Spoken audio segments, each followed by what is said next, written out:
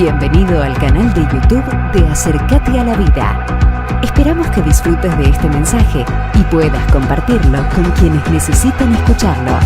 No olvides suscribirte y hacer clic en la campanita para no perderte de nuestras actualizaciones. Dios sabe, he trabajado mucho con esta palabra y no voy a ser para nada complicado. En todo caso, lo que quiero hacer en esta noche es bien práctico. Hace unos días el Señor nos habló y hemos recibido una palabra que va a ser la palabra directriz para este año. Yo creo, y me importa destacar, que tener una palabra directriz no es un mero lema. ¿Qué lema tenemos? No es un lema. Una palabra directriz es mucho más que un mero lema. Una palabra directriz señala un horizonte, un destino y da un marco de referencia preciso a lo que tienen que ser las acciones y movimientos del ministerio. De manera que tener una palabra precisa es para tenerla todo el tiempo. Y en mi espíritu tengo la intención de darle un poquitito más de alcance a esta palabra. Por supuesto tenemos todo el año para reflexionarla, pero quiero empezar siendo práctico en algunas cosas. No es lo mismo contar con una palabra directriz que ir tratando de ver por dónde andamos. Hace tiempo atrás en un ministerio me dijeron, bueno, ahí vamos viendo lo que el Espíritu nos va diciendo y bueno, y en función de eso nos movemos. Está bien, Dios lo puede hacer, Dios te puede cambiar el rumbo en cualquier momento, no hay ningún problema con eso, Dios es soberano, pero también Dios es ordenado y en este caso a nosotros nos ha dado una palabra, una sucesión de palabras que todos los años y las palabras que hemos recibido en los años anteriores no se han perdido, es todo un efecto acumulativo que viene dándonos algo más de contenido para saber cómo ser prácticos en la vida cristiana. Entonces me ha parecido muy bien, muy oportuno a partir de esta palabra, que se desprenden de la palabra, considerar al menos tres cosas. ¿Qué se requiere de cada uno de nosotros para vivir en el favor de Dios? En segundo lugar, ¿qué implica el favor de Dios como mensaje para los nuevos discípulos? Y finalmente, ver algunos testimonios bíblicos acerca de esto. En primer lugar, entonces, el primer punto que a mí me importaría destacar es que Jesús es precisamente el modelo presentado por Dios para que nosotros veamos cómo es andar en el favor de Dios. Comienzo diciendo que la palabra dice, el que dice que permanece en Él debe andar como Él anduvo.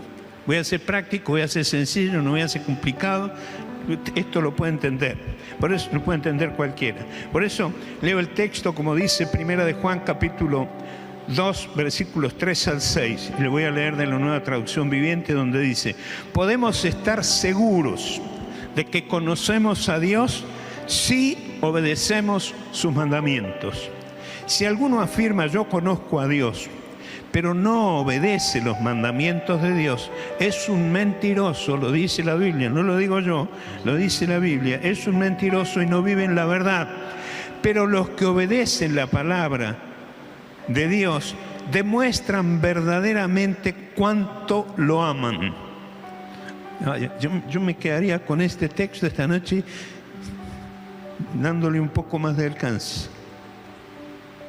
Los que obedecen la palabra de Dios demuestran verdaderamente cuánto lo aman. Así que a Dios lo amamos precisamente respetando y obedeciendo la palabra de Dios. Hay otras formas que expresa la Biblia de amar a Dios. Pero cuando nosotros queremos decir que amamos a Dios, la evidencia práctica y visible de que amamos a Dios es que obedecemos su palabra. Así es como sabemos que vivimos en Él.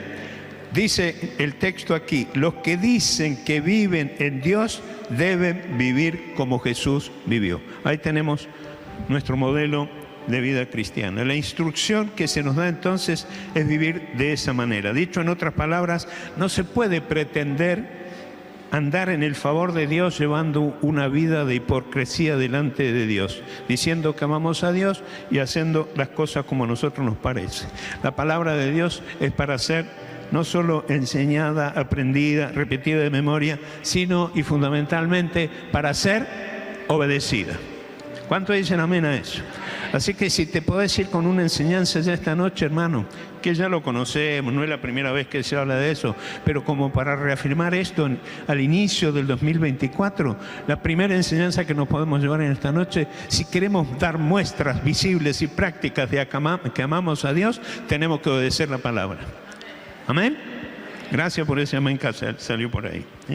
Como ya fue expresado en el momento de recibir la palabra directriz, cuando se nos habló de Daniel, que vivió en el favor de Dios, precisamente porque se propuso en su corazón no contaminarse con la comida del rey. Como ya fue explicado entonces, en el caso de Daniel, el no contaminarse con la comida del rey implicaba varias cosas, porque la comida del rey encerraba una cuestión simbólica y como una señal muy poderosa de varias cosas. Número uno, era sacrificada a los ídolos y a los dioses que tenía el rey. Representaba además la cultura idolátrica de ese pueblo y fundamentalmente del rey, su ideología moral, sus costumbres, etc. De manera que participar de la comida del rey, Daniel lo entendió como identificarse con todo eso que estaba simbolizado en esa comida. Por eso él dijo: yo con esto no me mezclo.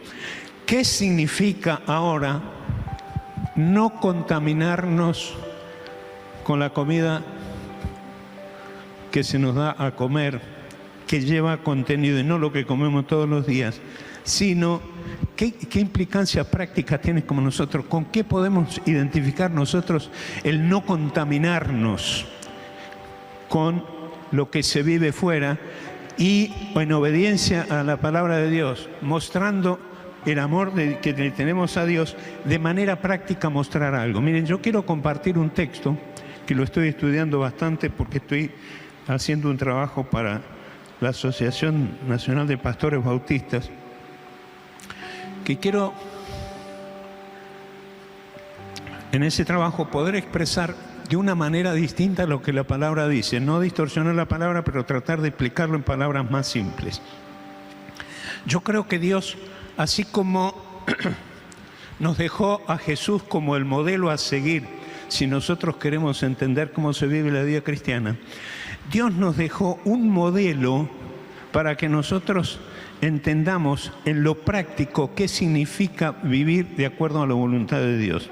Si bien es cierto, en el texto de 1 de Timoteo capítulo 3 versículos 1 al 7, la palabra pareciera estar dirigida fundamental y especialmente a los pastores y líderes, esto no es algo de lo que los demás escapamos, porque cualquier persona que está aquí, cualquier miembro de la iglesia, de alguna manera desarrolla en su ámbito una función de liderazgo, de manera que tómelo como para usted también.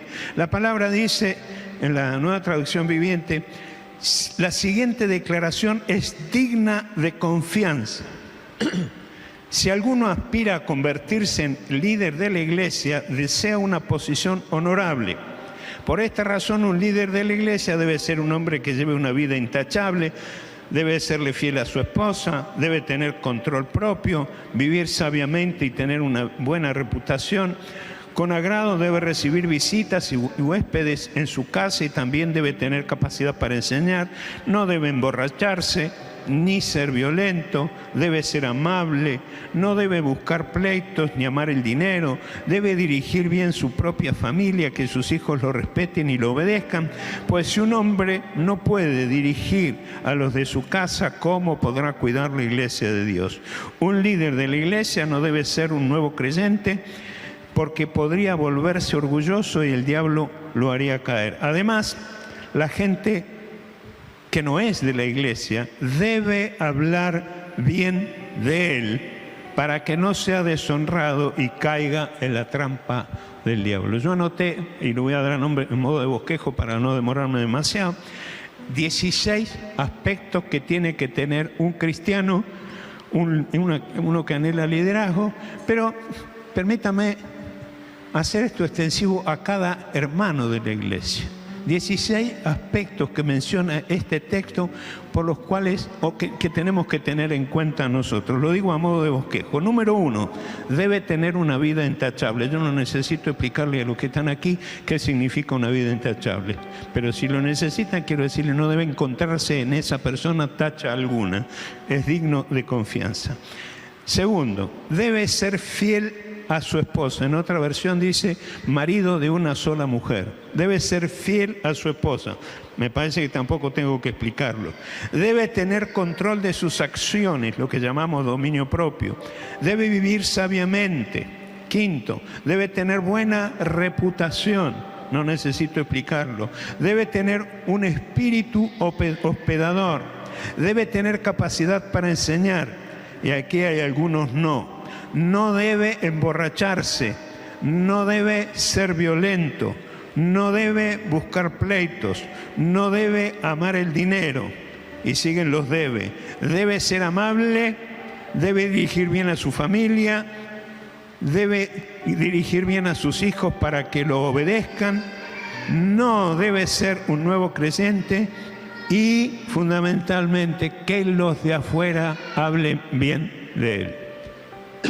Miren, yo con esto cerraría el culto y nos vamos con el listado, nos vamos a casa y nos podemos reflexionar a ver cómo andamos por ahí. Me parece que esto es como cuando uno le toman un examen y le hacen una serie de preguntas y uno tiene que ir poniendo verdadero o falso. A mí me parece que en esto nosotros tenemos que aprovechar el listadito y decir a ver cómo ando en esto y empezar a marcar con un asterisco lo que está bien y con una cruz lo que tengo que corregir, y me parece que tendríamos un trabajo para el resto del mes de manera a poder entender cómo tiene que ser la vida de un cristiano que quiere vivir en el favor de Dios.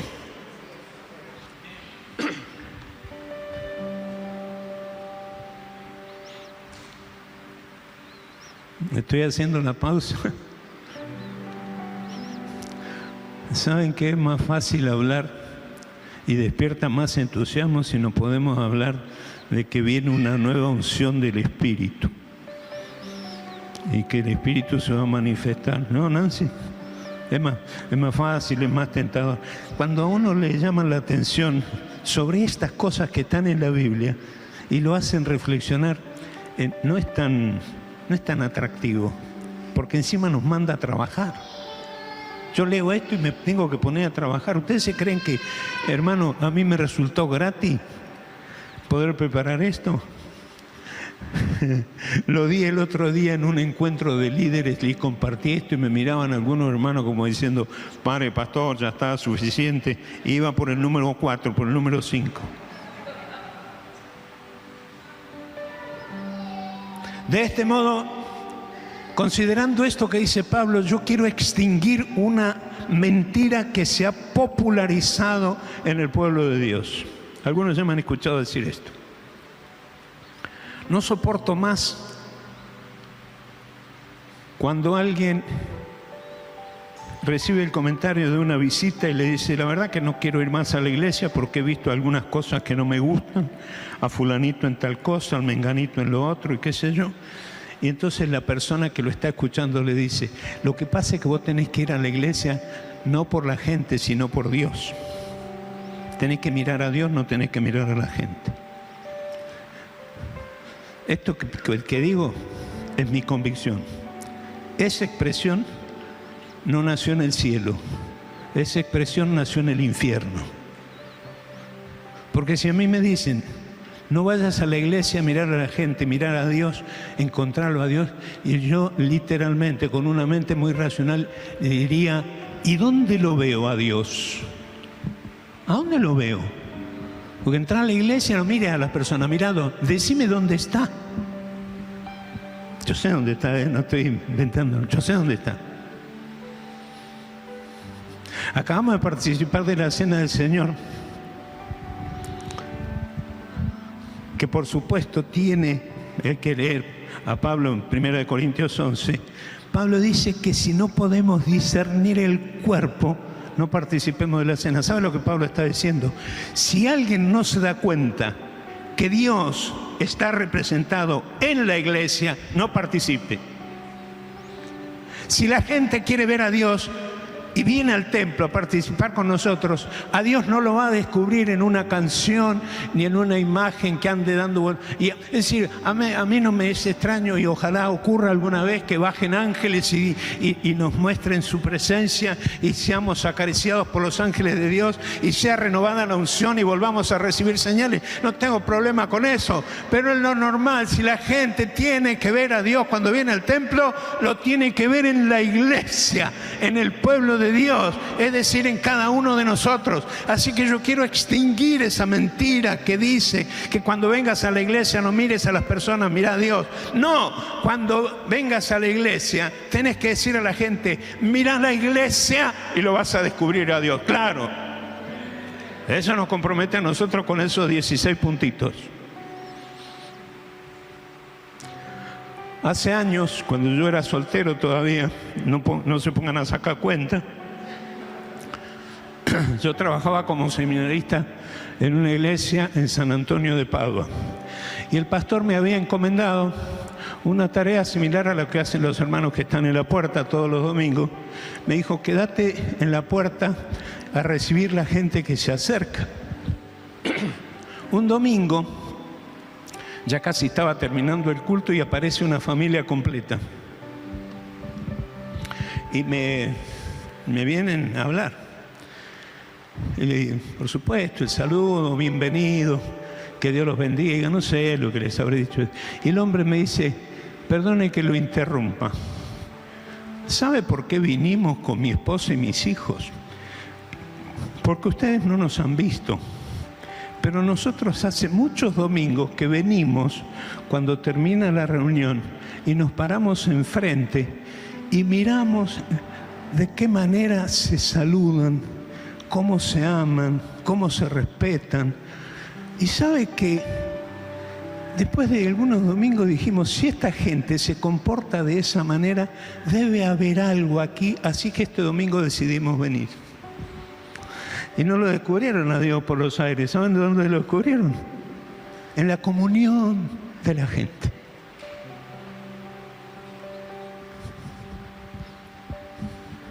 Pero claro, son 16 puntitos complicados. Tenemos que reemplazar esa mentira por una que diga, a Dios lo podemos ver en la forma que viven los cristianos. Por eso voy a la iglesia, porque esa gente muestra de manera práctica que vive en el favor de Dios. ¿Cuántos dicen amén a eso? Le un aplauso al Señor, por favor.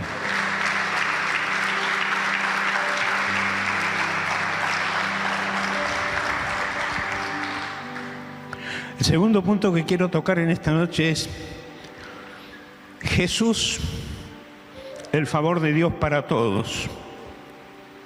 Y lo primero que quiero mencionar es que el Señor nos mandó a ser discípulos.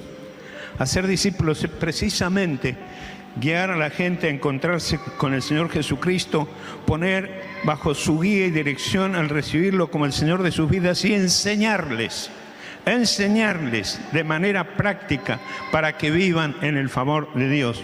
Gracias a Dios, en este momento, por el movimiento evangelístico que se está dando, saliendo a las calles, y doy gracias a Dios por lo que está pasando en ese sentido en esta congregación y en otras más, porque muchas congregaciones están saliendo a la calle. Hoy estaba leyendo en la página de otro ministerio acá de Cipolletti que están metidos con este tema de hacer discípulos y ganar gente y salir a la calle. En esto que se está dando en esta noche, doy gloria a Dios, pero quiero advertir algo. Debemos entender que la encomendación de ser testigos del Señor no se limita a que la iglesia haya organizado programas evangelísticos para tal fin, sino que el movimiento normal del día de cada uno de nosotros debe ser aprovechado en cada circunstancia y en cada oportunidad para testificar de Él. Y no le pidas permiso al líder de evangelismo. Ya te dijo el Señor que donde estés seas testigo de Él, presentando el Evangelio de Jesucristo y contando. Cantábamos una canción hoy que decía, este es mi testimonio. Y cuando yo cantaba eso, no voy a caer en la trampa esta noche de volverle a contar todo lo que pasó conmigo cuando me convertí, pero quiero decirle que tenía presente todo el tiempo las cosas que me pasaron el día que conocí a Cristo, cómo se me cambió el rumbo de la vida y cómo di gloria a Dios porque Él fue el que me transformó, de manera que este es mi testimonio y no lo puedo detener hasta que sea organizado una actividad evangelística por la iglesia, sino que cada día donde estoy, donde me muevo, en casa, por las calles, en un negocio, en una oficina, en el hospital o donde sea, tengo que presentarme como testigo de Cristo y llevar a la gente a su conocimiento. Y cada oportunidad que se presenta, me tengo que detener y hablar de Él.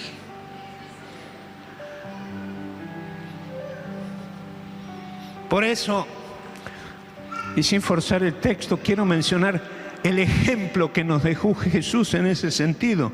Dice la palabra de Dios que recorría todas las ciudades y aldeas de esa región, enseñando en las sinagogas, anunciando las buenas nuevas acerca del reino, y sanaba toda clase de enfermedades y dolencias. Quiero decir, hermanos, miren, estábamos en una reunión de Zoom con los pastores del ministerio el otro día, y como me pasó esta noche que sentí que la presencia de Dios, los ángeles estaban acompañando el cántico de la iglesia de una manera muy fuerte en mi espíritu.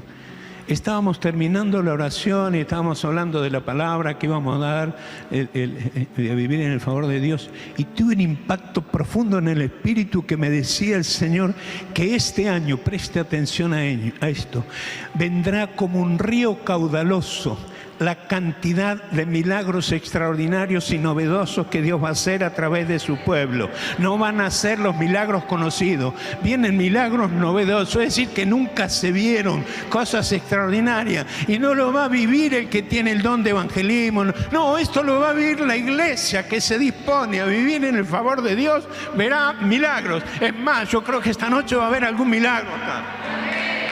Por favor, levante al Señor.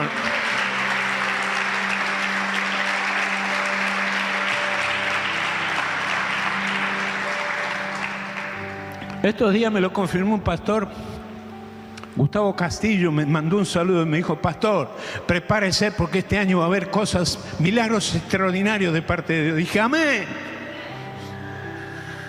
¿Cuántos quieren eso? Ahora, ¿cuántos lo creen? ¿Cuántos desean que esta noche haya un milagro acá? No le vamos a forzar la mano a Dios diciendo tenés que hacer algún milagro. Pero si Dios lo va a hacer, no va a esperar el Señor a mediados de año a ver qué hicimos. No, desde este primer día en que nos reunimos, este primer año, Dios va a desatar su gracia y su bendición y vamos a ver milagros. Y me encantaría, por supuesto, esta noche salir de aquí con testimonios que digan: Dios hizo algo en mí. Milagros en salud, milagros en prosperidad, milagros creativos, con distintas cosas que no se nos ocurren en este momento, pero que Dios lo va a hacer, porque vivir en el favor de Dios es completo.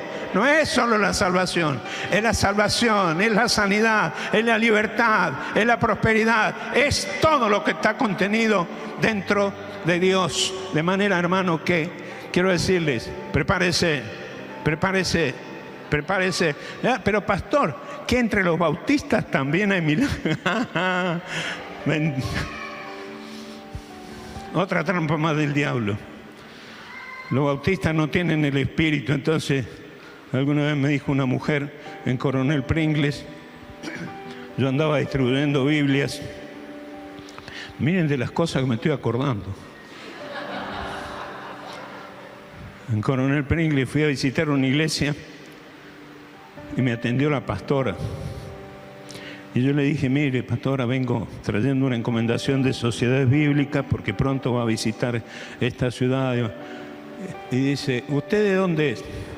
Yo soy pastor en la iglesia bautista en la calle Alem 821 Coronel Pringles. Me dijo: yo, la verdad, no tengo nada para decirle, solamente que decirle que yo no le creo a usted porque usted es de los bautistas que no tienen el Espíritu Santo, así que conmigo no cuente. Me saludó con un cariño la mujer.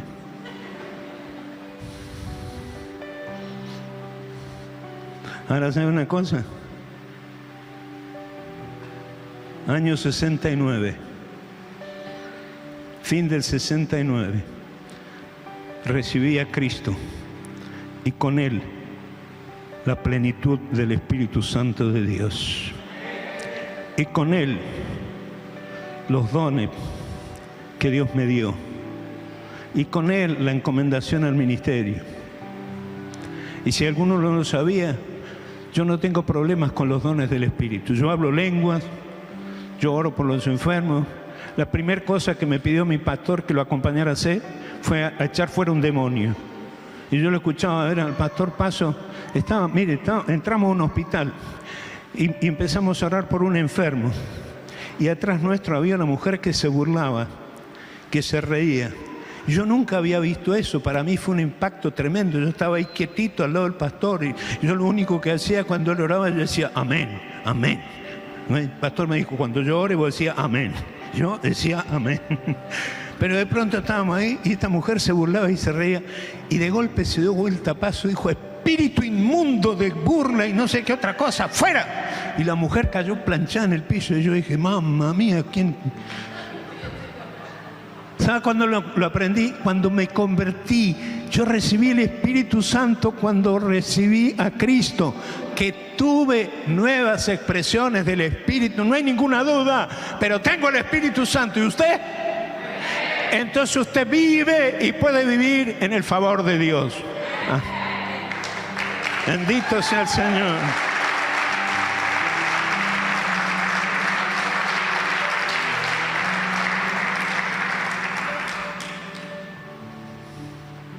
Gloria a Dios. Yo estoy... ¿Sabe qué? Cuando veamos algún milagro, esto no lo hablé con Sergio porque no lo tenía pensado, pero lo voy a decir públicamente y después lo hablamos y hablamos con el equipo pastoral y tal. Cuando empecemos a ver una sucesión de milagros, que a nadie se le vaya a ocurrir escribir un libro sobre los milagros. 10 pasos para ver cómo ocurren los milagros. Al primero que le ponga un título así a un libro, yo lo he hecho en la iglesia con permiso y sin permiso de los demás pastores, porque no vamos a hacer un show de los milagros. Los milagros solamente ocurren para beneficio de la gente y para gloria del que hace los milagros. Amén. Por favor.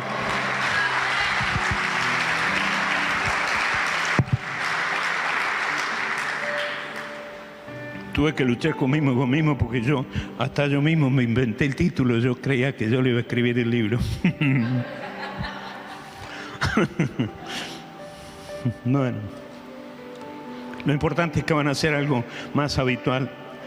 El tercer punto que quiero mencionar, y aquí voy a pasar rapidito algunos casos porque me importa llegar a un punto especialmente con el que quiero llegar al final del mensaje.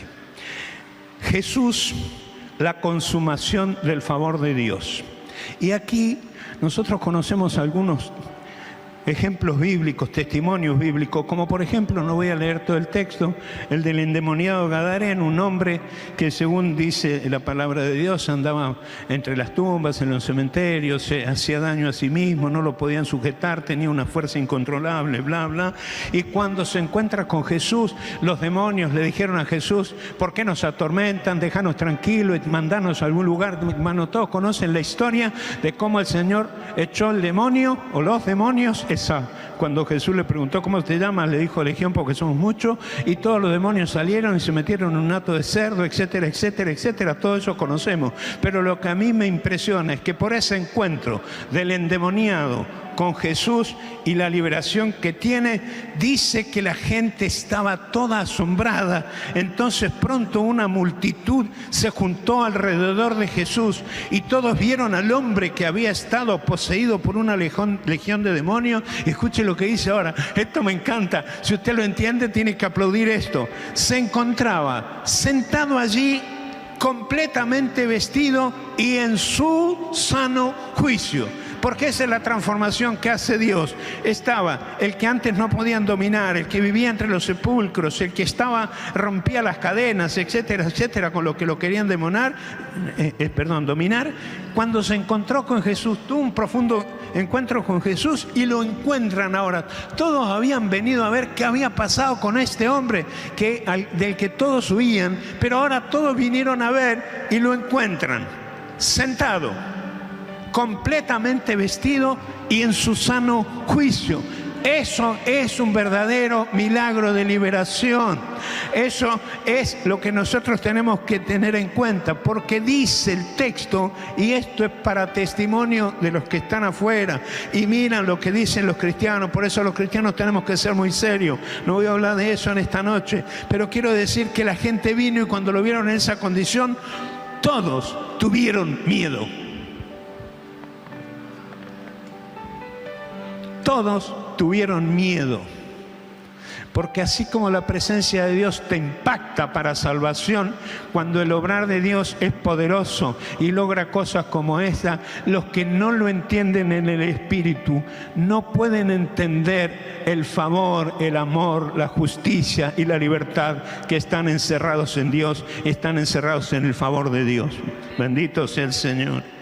Más adelante en el texto se habla de un hombre que tenía una mano seca. Ejemplos sueltos. Y allí estaban los fariseos que tentaban a Jesús para ver si hacía alguna sanidad en un día de reposo.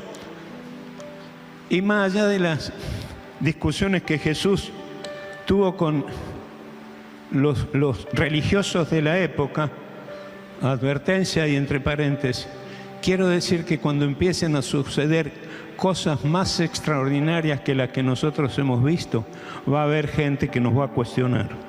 Perdón por lo que voy a decir ahora. Va a haber gente que nos va a cuestionar. Cuando te cuestionen, no discutas. Jesús no discutió.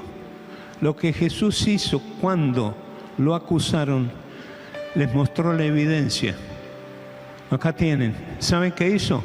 Al hombre que tenía la mano seca le dijo: es un sábado, no se puede, esto me están queriendo acusar. Levanta la mano y se sana. Y le quedó, dice, la mano sana igual que la otra. Cuando hagas una cosa en el nombre del Señor y Dios obre de esta manera, te van a cuestionar. Para ese momento no hay que discutir, hay que mostrar evidencia.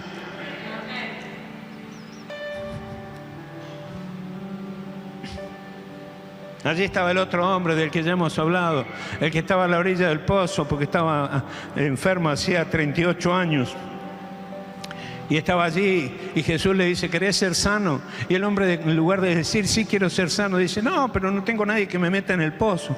Y si Jesús seguía discutiendo con ese hombre, deliberando explicándole demasiado, iba a perder tiempo y no le iba a sanar. Así que en lugar de ponerse a discutir con él, ¿sabe qué le hizo? Sé sano. Sé sano. Y acá voy a dar una enseñanza que es parte de mi aprendizaje, pero que usted la puede discutir. No encontré un solo texto en el Evangelio donde Jesús diga que tenemos que orar por los enfermos. El único texto que yo encuentro en la Biblia, en el Nuevo Testamento, donde se manda a orar por los enfermos, es el de Santiago. Si hay algún enfermo entre vosotros. Porque sabe que Jesús no dijo vayan y oren por los enfermos. Les dijo vayan y sanen a los enfermos. Y echen fuera demonios. Y no les dijo y oren ante la tumba de un muerto a ver si resucita. Le dijo resuciten muertos. Sí, yo sé, alguno va a decir, está yendo demasiado lejos, pastor. No, estoy predicando lo que dice la Biblia. Y me pregunté para mí mismo,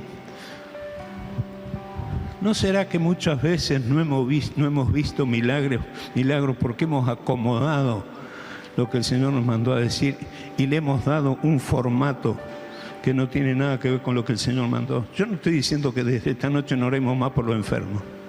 Eso es lo que estoy diciendo. Lo que estoy diciendo es, entendamos lo que dice la palabra.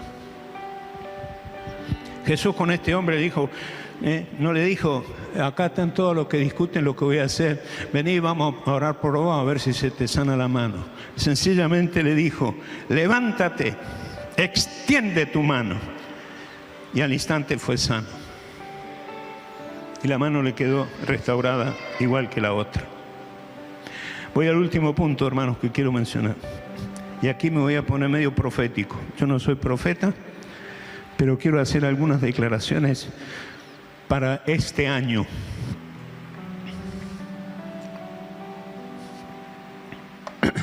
Y voy a hacer la salvedad diciendo esto.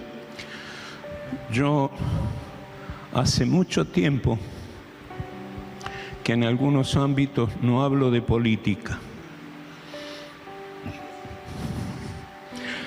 Porque además no estoy de acuerdo, esto simplemente es una... usted va a conocer algo de mi pensamiento, pero no un pensamiento político. Sencillamente me molesta y no me puedo identificar con algunos cristianos que dicen que si vos sos de izquierda no puedes ser cristiano, y si un cristiano no puede ser de izquierda, y si tenés que ser de derecha, porque si sos de derecha... Y quiero decirle que me provoca tanto malestar eso que he decidido decir, no, yo, ni la izquierda ni la derecha. Ni la izquierda ni la derecha. No me importa discutir eso. No estoy diciendo que usted no tenga un pensamiento político y crítico en ese. Haga lo que quiera, hermano. Usted es dueño de su vida. Pero a mí no me mezcle en este asunto porque a mí no me interesa. Hay algunos comentarios de algunos cristianos y algunos pastores que yo directamente no los leo. Decidí no leerlos. Me hace mal porque son de un extremo y del otro. Y a mí me parece que no estamos en la Argentina en un momento donde nosotros tenemos que ampliar la grieta, sino que más bien hagamos silencio. Si es que es verdad que nosotros creemos, si acaso es verdad que nosotros creemos que a los que aman a Dios y viven en el favor de Dios, en los tiempos de mayor sequedad y crisis, van a vivir bien porque el que provee es Dios, cualquiera sea el que gobierne. Si no me aplaude, no me importa, yo creo eso.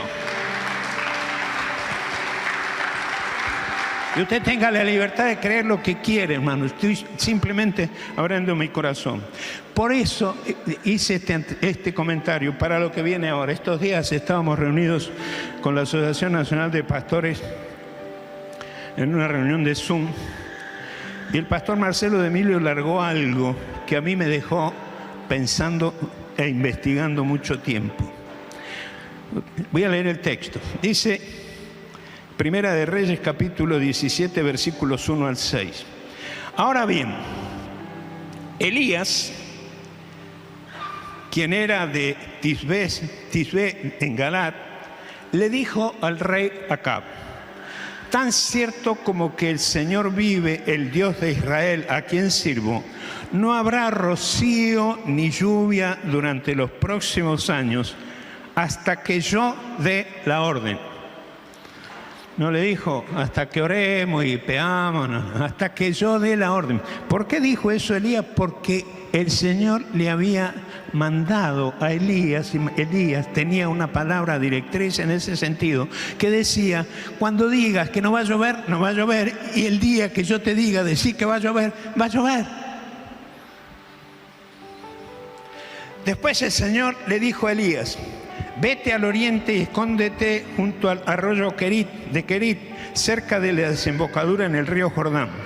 Bebe del arroyo y come lo que te den los cuervos, porque yo he ordenado que te lleven comida. Entonces Elías hizo lo que el Señor le dijo, o sea, obedeció, y acampó junto al arroyo de Querit, al oriente del Jordán. Escuche esto. Los cuervos le llevaban pan y carne por la mañana y por la noche, y él bebía del arroyo. El pastor de Emilio leyó ese texto y nos dejó para que nosotros investiguemos, y nos dijo: los cuervos que le llevaban comida a Elías no eran aves. Vio que nosotros hemos visto hasta películas, dibujitos, fotos de los cuervos llevándole comida. Yo dije, ¿cómo será la cosa? Entonces me puse a investigar. Resulta que la palabra que la palabra hebrea que en nuestras Biblias se traduce como cuervo, es la palabra arobín en hebreo, que es muy parecida a la palabra orbín. Ahora, la palabra orbín significa cuervo, pero la palabra arobín significa otra cosa. Y en los textos hebreos del que se traducen nuestras Biblias, la palabra que está allí es la palabra arobín. Y ahora le voy a explicar quiénes eran estos que Elías menciona como cuervos.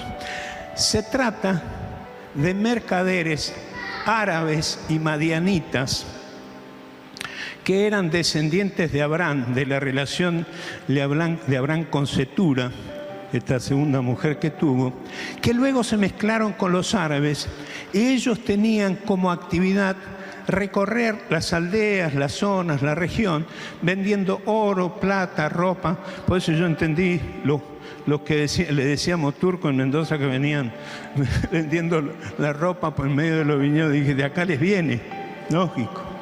Ahora, esta gente recorría, hacía negociaciones, etcétera, etcétera. Y resulta que cometían algunos ilícitos, robaban, mataban en defensa de su negocio. Y por ese motivo, escuchen bien lo que les voy a contar, porque de ahí viene la enseñanza que les quiero dejar en esta noche. Por ese motivo tenían un buen trato con Acab y Jezabel. Ellos hacían algún arreglo con Acab y Jezabel de lo que ellos obtenían y pagaban impuestos y tributos para que Acab y Jezabel no los molestaran en sus actividades. Por el otro lado, como respuesta, escuche bien ahora porque acá viene la enseñanza, como respuesta de parte de Acab y Jezabel, estos mercaderes a los que se les decía cuervos, estos mercaderes recibían comida del palacio real, es decir, de la comida que comía el rey. Y esa es la comida que ellos tenían para mientras caminaban, y conscientes de que Elías era un hombre que políticamente estaba metido en una injusticia porque lo querían matar, ellos le daban a Elías de la comida que sacaban de la casa de Acab. Esos eran los cuervos y esa era la comida. Usted dice, no, pastor, a mí me parece que eran pajaritos. No tengo ningún problema. Solamente le animo a que lo investigue. ¿Qué es la enseñanza que yo quiero sacar de acá? Varias razones. Escuche, hay varias razones. Lo estuve mirando en varios comentarios.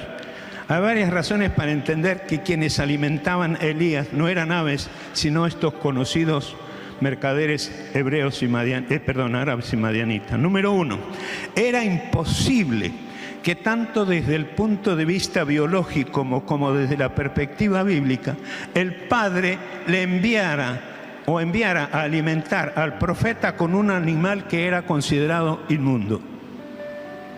Segundo, el mismo Elías, tan respetuoso de los preceptos divinos, se hubiese resistido a comer lo que le traían aves inmundas, carroñeras, de lo que ellas comían. Tercero, si acaso los cuervos podían traerle a Elías algo de carne de los animales que ellos mataban, nos queda pendiente y nos preguntamos, ¿de dónde sacaban buen pan para traerle a Elías? Y podríamos seguir haciéndonos algunas preguntas. Ahora, como dijimos, ¿quiénes eran estos cuervos? Eran estos mercaderes madianitas y árabes que de la comida que sacaban de la casa de Acab le traían a Elías. Y entonces acá hay tres enseñanzas que quiero mencionar y con esto voy a finalizar.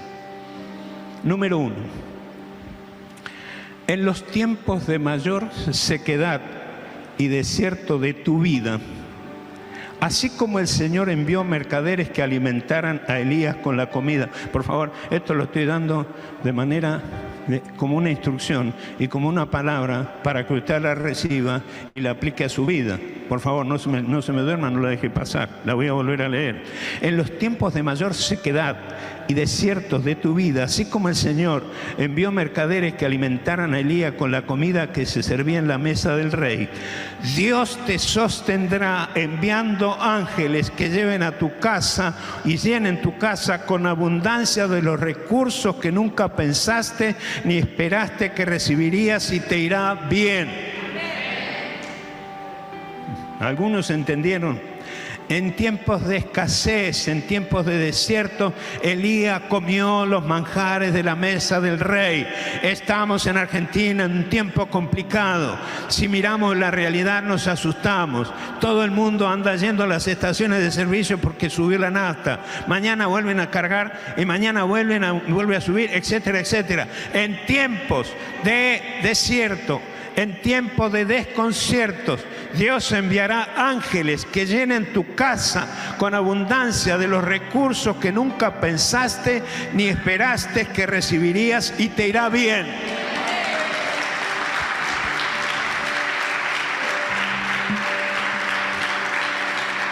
Segundo, de la misma historia se desprende algo contradictorio e irónico. El mismo Acab y su esposa Jezabel, que deseaban ver muerto a Elías porque este profeta de Dios, a través de su ministerio, había puesto en descubierto la corrupción de su reinado y le había puesto límites a las cosas que hacían. Tenían el deseo de matarlo, pero terminaron sin saber alimentándolo con la comida que ellos comían. Bendito sea el Señor. Así que la enseñanza es lo mismo que anhelan verte humillado, quebrantado. Los que desean tu mal serán los que te alimenten y nunca se enterarán de que te está llegando la comida que ellos comen. Bendito sea el Señor. La aplicación profética que podemos tomar para nosotros hoy nos brinda otra tercera enseñanza. La Argentina de los próximos años mostrará que los que se mantengan fieles a Dios y no desvíen su mirada buscando distintas alternativas para salvarse de la crisis de la hora presente, vivirán y disfrutarán el testimonio del favor de Dios sobre sus vidas. Bendito sea el Señor. Si usted cree esto y lo recibe, póngase de pie.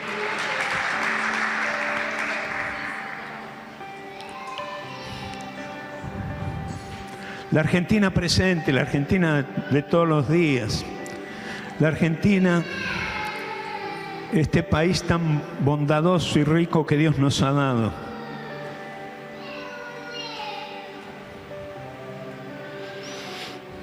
Nadie puede profetizar cuándo se termina esta crisis. Dios no lo ha dicho. Lo que Dios sí nos ha dicho